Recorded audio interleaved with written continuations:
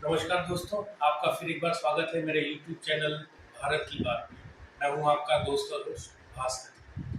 दोस्तों, तो जैसा कि हम कल बात कर रहे थे हमारे जीडीपी और पर कैपिटा इनकम के बारे में, और मैंने आपको बोला था कि इन सभी विषयों पे हम विस्तार से बात करेंगे। So friends, let's discuss about GDP and per capita income of a country from 1000th century till today. क्या आप सब जानते हैं 1000 से 1600 शताब्दी के बीच भारत को ग्रेटेस्ट सुपर पावर बोला जाता था। ये ग्रेटेस्ट सुपर पावर इसलिए बोला जाता था क्योंकि भारत पूरी दुनिया की जीडीपी का 30 से 35% कंट्रीब्यूट करता है। ये मैंने आपको अपने कल के वीडियो में भी सबको बताया, और मैं कुछ राजाओं का भी नाम लूंगा कि उनके समय में हमारी जीडीपी क्या हुआ करती थी। अशोक का के समय में हमारी जीडीपी 32% हुआ करती थी पूरी दुनिया में, और गुप्त साम्राज्य के समय उनके शासनकाल में हमारी जीडीपी पूरी दुनिया की जीडीपी का 33 से 35% हुआ करता था। ये धीरे धीरे कम होता गया।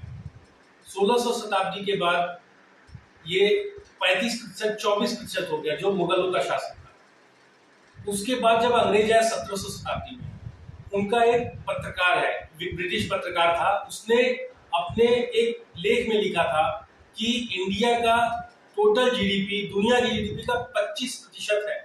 उसका नाम था एंगस मैडिसन। सो ये मैं नहीं, क्योंकि यहाँ पे सबको अंग्रेजों का ठप्पा लगा होना चाहिए, इसलिए मैं आपको बता रहा हूँ। ये ब्रिटिश पत्रकार ने ही ठप्पा लगाया था कि पूरी दुनिया की जीडीपी का 25% भारत कंट्रीब्यूट करता था, और उस पत्रकार का नाम था एंगस मैडिसन। तो आप सोचिए कि धीरे धीरे इसका क्षरण होता गया। पहले मुगल आए, उन्होंने कुछ बर्बाद किया, उसके बाद अंग्रेजों ने तो बंटाधारी कर दिया। Guys, Mughals and even Britishers destroyed many valuable assets and also the divine rich temples which were a true symbol of Bharat's divine culture. So, ये इसका मतलब ये है कि जब मुगल और अंग्रेजों ने हमारे मंदिरों को तहस नहस कर दिया, बहुत रिच मंदिर हुआ करते थे हमारे, सब लेके चले गए। और एक अनुमान है कि जब अंग्रेज भारत छोड़ के गए, उस समय वो 45 ट्रिलियन से 50 ट्रिलियन यूएस डॉलर आज के हिसाब से हमारा लेकर के गए। सोचिए, हम इतने रिच थे, किसी भी संसाधन की कमी नहीं थी, लोग भारत से व्यापार करना चाहते थे। वो स्थिति फिर से आ गई। अभी लोग धीरे धीरे भारत की तरफ झुक रहे हैं। अमेरिका हो, इंग्लैंड हो, फ्रांस हो, जर्मनी हो, ऐसे जितने भी जो अपने आप को मसीहा मानते हैं, अपने आप को अमीर मानते हैं, अपने आप को गोरे, व्हाइट स्किन वाले, जो सुप्रीमेसी जो है ना, व्हाइट सुप्रीमेसी, वो सारे लोग अब धीरे धीरे भारत की तरफ झुक रहे हैं। और दोस्तों, वो दिन दूर नहीं है कि जब हम अपने पुराने गौरव को प्राप्त करें। क्या आप जानते हैं कि जब अंग्रेज छोड़ के गए तो भारत की जीडीपी तभी कितनी हुआ करती थी? केवल 2.5 लाख करोड़, जो कि पूरी दुनिया में केवल 4.2% कंट्रीब्यूट करता है। आप समझिए, 30% 35% से लेकर के हम सीधा 4% पे आ गए। कितना क्षरण हुआ। लेकिन लोग गुणगान में गाए जा रहे हैं कि अंग्रेजों ने हमारा भला कर दिया। मैं आपको एक बात ये भी बताता चलूं कि जीडीपी क्या होती है। जीडीपी होती है ग्रॉस डोमेस्टिक प्रोडक्ट, सकल घरेलू उत्पाद। मतलब कि एक वर्ष में किसी भी देश में जो भी प्रोडक्शन होता है वस्तुओं और सेवाओं का, उसे हम उस साल का उस देश का जीडीपी बोलते हैं।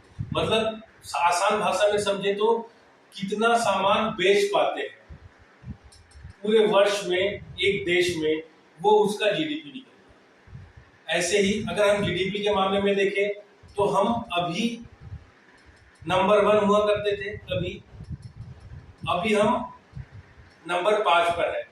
लेकिन अगर हम पिछले 10 साल में देखें तो हमारा बहुत अच्छा ग्रोथ रहा है। यहाँ पे मैं एक बात ये बताना चाहूंगा कि मैं बीजेपी के लिए सपोर्ट के लिए नहीं बोल रहा हूँ, जो सच्चाई है, जो हुआ है, वो बात कर रहा हूँ। 2014 में, आज हम 24 में जाने वाले हैं 2-3 महीने में, 2014 में हमारा जीडीपी $2 ट्रिलियन, जो कि आज 10 साल होने को है, और हम अभी $3.75 ट्रिलियन। ठीक है। सो इसमें बहुत ज्यादा बढ़ोतरी आई है। हमारा देश बहुत रैपिड ग्रोथ कर रहा है। हम 10वीं अर्थव्यवस्था से आज 5वें नंबर की अर्थव्यवस्था है, और जो फ्यूचर हमें दिख रहा है, तो एज पर SBI ऑल्सो, जो उन्होंने अपना डाटा निकाला है स्टेट बैंक ऑफ इंडिया ने, वो बोल रहे हैं कि 2027 के आसपास हम 5वीं से लेकर के 3री सबसे बड़ी इकोनॉमी है, और हमारा जो GDP है इट मे क्रॉस $5 ट्रिलियन। और केवल SBI ही नहीं, IMF भी ये बोलता है कि 27 से 28 के बीच में भारत दुनिया की 3री सबसे बड़ी अर्थव्यवस्था।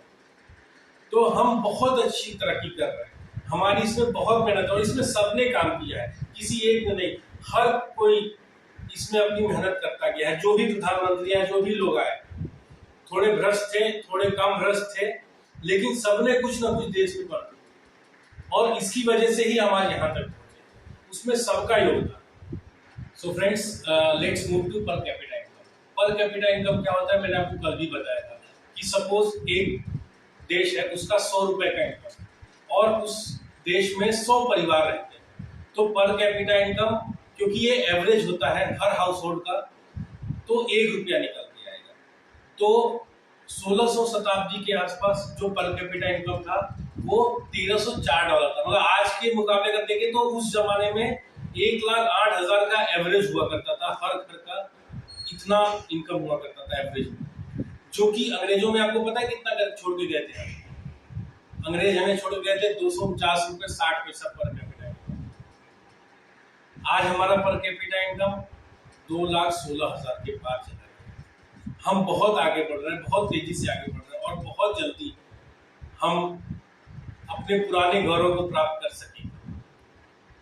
गाइस, एक इसमें मैं आपको एक बताते चलूं, कल मेरे से एक त्रुटि हो गई थी, there was a mistake made by me. आपको मैंने एक गलत कम्युनिकेशन डाल दिया था कि हमारा फिलहाल का जो पर कैपिटा इनकम है वो $1,300 है, नहीं $2,600 है। मैं उसको करेक्ट करना चाहता था और आपको बताता था, ताकि कुछ भी गलत इंफॉर्मेशन आपको मत पहुंचे। तो अभी हम $2,600 पे है। 1700-1600 शताब्दी में हम $1,300 के पास थे, लेकिन वो आज के जमाने का 1,300 और 2,600 और वहां का 1,300 में बहुत फर्क हुआ। चीजें बहुत सस्ती हुआ करती थी, मतलब कि बहुत ज्यादा लोगों के पास खर्च करने के लिए पैसा। अच्छा, खर्च करने से याद आया, let's discuss purchase power parity of our nation Bharat. तो परचेज पावर पैरिटी होता क्या है? इसको अगर हिंदी में मैं अनुवाद करूं तो क्रय शक्ति क्षमता, मतलब किसी भी देश की किसी भी वस्तु की खरीदने की क्षमता कितनी है। जैसे एक एग्जांपल के लिए, सपोज हमें एक 10 पेन का पैकेट खरीदना है, भारत में वो 82 रुपए का, मतलब कि $1। बट आप उसी पेन को अगर आप यूएस में खरीदते हैं तो एक पेन की कीमत जो कि $0.1 थी, $0.1, $8 के आसपास, वो अमेरिका में $0.6 है। मतलब कि हमारी क्रय क्षमता उनकी क्रय क्षमता से 6 गुनी ज्यादा है। तो उस लिहाज से अगर देखें तो हम भारत तीसरे नंबर पे है, जिसका टोटल पीपीपी जो है ना, परचेज पावर पैरिटी, $13 ट्रिलियन, और ये चीन और अमेरिका के बाद तीसरे नंबर पे है। Friends, I believe that this was an informative video for you and आपने कुछ सीखा है। आशा करता हूँ कि आप मेरे वीडियो को लाइक करेंगे, शेयर करेंगे, चैनल को सब्सक्राइब करेंगे। आपका बहुत बहुत धन्यवाद। नमस्कार, जय हिंद, भारत माता की जय।